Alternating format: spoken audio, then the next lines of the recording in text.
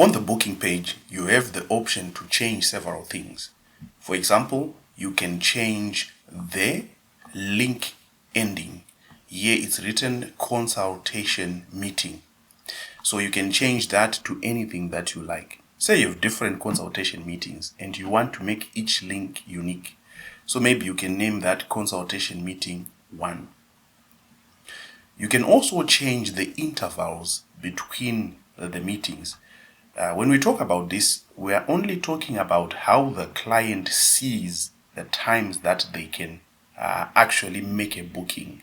In this case, the meetings are 30 minutes long. However, the intervals are also 30 minutes long, which means that a person can book every 30 minutes. But we can force the system to allow people to book every hour or every 15 minutes. This does not affect the duration, but it affects when the meetings will start.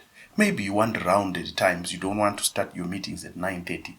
So when you change the intervals to say 1 hour, it will start at 9, 10, 11, and so on.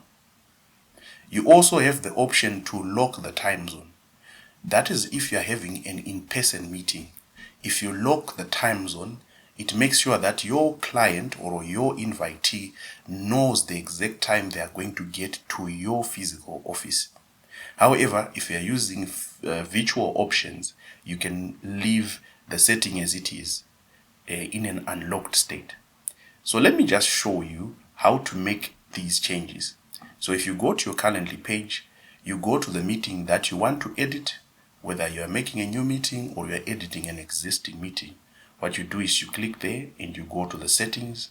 You then go to more options, and there you find where we have the booking page options. So the slug there, that's what we're talking about, the consultation meeting. So it will say calendly.com and then your branded link name, and then this is the link for the meeting. So in this case, we want to say you have to put a dash there, and then let's say 1.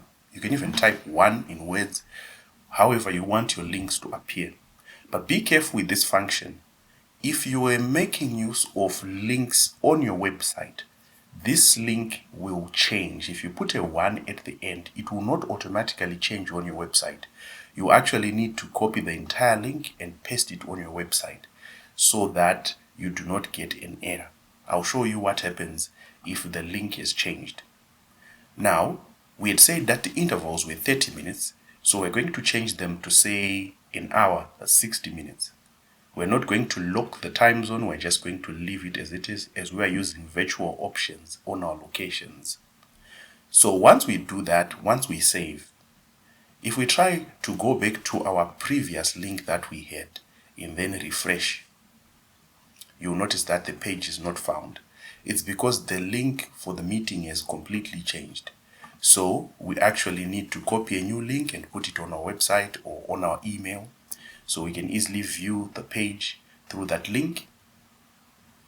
If you notice, now it's written consultation meeting 1. That's the new link. If you go to the booking times, they are now 1 hour apart. This does not mean that your meeting duration is changed from whatever duration you had put. It simply means people are now booking every hour instead of every 30 minutes. So this is how you make change of your booking page option.